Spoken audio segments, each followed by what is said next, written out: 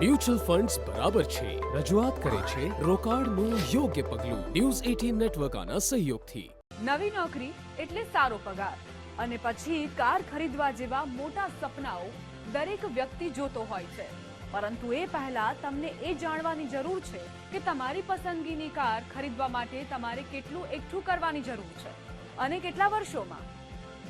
જો તમે 3 થી 4 વર્ષ માટે રોકાણ કરવા માંગતા હો તો તમે ઇક્વિટી હાઇબ્રિડ મ્યુચ્યુઅલ ફંડ પસંદ કરી શકો છો અને ઇક્વિટી હાઇબ્રિડ ફંડમાં એસઆઈપી શરૂ કરી શકો છો અને પગાર વધે તેમ દર વર્ષે તમારું રોકાણ વધારી શકો છો.